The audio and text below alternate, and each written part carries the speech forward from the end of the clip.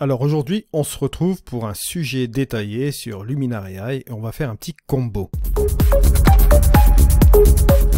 Bonjour à toutes et à tous, mon nom est Eddie Quinol et ici on parle de post-production traditionnelle ou créative sur le sujet de la photographie. Vous trouverez aussi différents sujets autour de la photographie. Donc si vous débarquez ici pour la première fois, je vous souhaite la bienvenue. N'hésitez pas à aller voir mon site internet et à consulter les playlists de ma chaîne YouTube. J'ai plus de 565 vidéos sur la chaîne de contenu, alors n'hésitez pas à aller les consulter. Alors on se retrouve sur un sujet détaillé aujourd'hui et nous allons tout simplement nous amuser. Vous allez voir que ça va être très simple avec deux outils. Deux outils qui vont, on va dire, plus ou moins ensemble. On va utiliser le spectaculaire ainsi que le virage. Vous allez voir. Alors, spectaculaire, on va simplement l'appliquer sur l'ensemble ici de l'image. Vous allez voir que ça va changer un peu de look ici, comme vous voyez là. On va faire ici le avant et le après. Ça va donner un aspect assez métallique à l'image. C'est contrasté.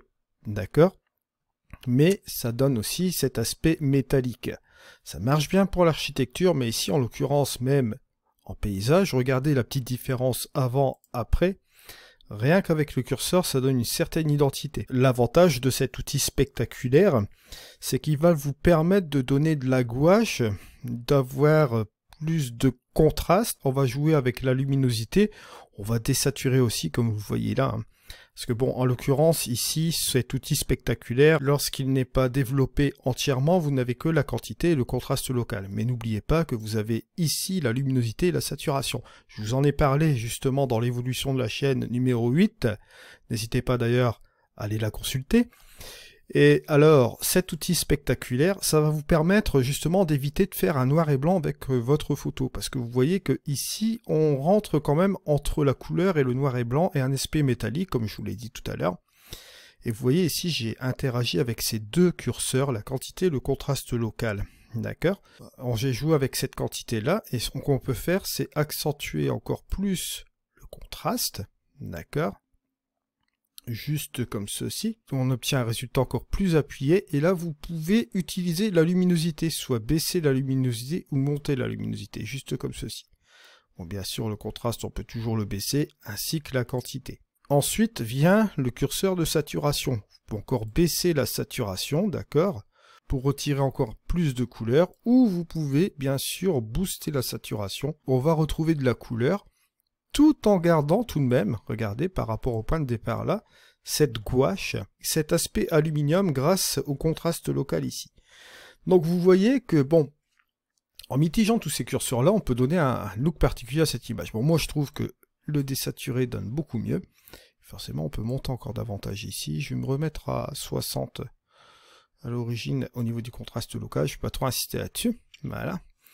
Et là, on va s'en arrêter là pour ce premier outil. Et là, je vais le combiner avec mon virage.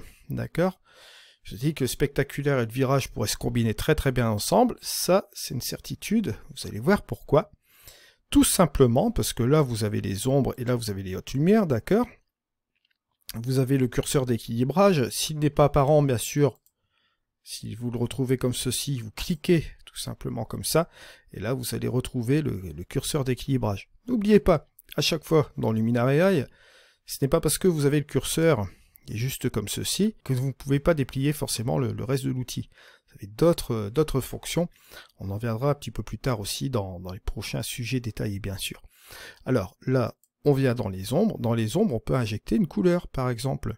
Regardez ici, on pourrait très bien injecter une couleur chaude ou froide. Vous voyez, on peut encore modifier la couleur, pourquoi pas rester dans les bleus.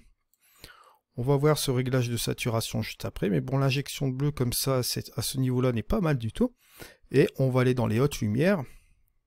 Hop, on booste la saturation, et là, pourquoi pas rester dans quelque chose peut-être un peu plus chaud.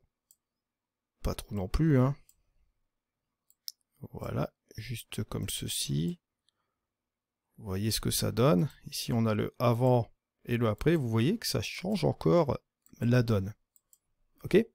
La chose qu'on va faire maintenant, on va pouvoir équilibrer. Pourquoi pas en baissant les hautes lumières. On peut équilibrer en accentuant sur la couleur des hautes lumières ou bien sûr, on peut venir plus sur la couleur des ombres. Vous voyez, c'est une question d'équilibre entre les deux. Hop. Moi ici, en l'occurrence, je donnerai un petit peu plus d'avantage ici sur les hautes lumières, juste un peu comme ça, et on en arrive à ce résultat-là. Regardez. Sans le virage, avec le virage.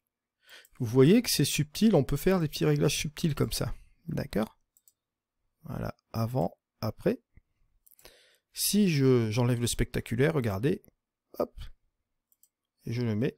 Vous voyez que ça donne un changement complet dans l'image. Et bien sûr, on peut aller avec le modèle et réduire bien sûr tous les réglages. Et encore se permettre un petit réglage ici d'avantage. De baisser un petit peu juste comme ceci, regardez, hop, voilà, on en arrive à ce résultat-là. J'avais fait quelques petites opérations bien sûr avant sur l'image, avant d'arriver sur ces deux outils-là, d'accord? J'avais joué un petit peu avec la composition, l'outil effacé, lumière, et un petit peu l'amélioration comme ceci. Si vous faites la différence, regardez, ça c'était mon image de départ, regardez, boum, vous voyez ici, on a quelque chose de plus percutant comme ça. Voilà, c'est la fin de ce sujet détaillé, je vous remercie de m'avoir suivi, on se retrouve pour une prochaine vidéo, c'était Eddie, allez, ciao!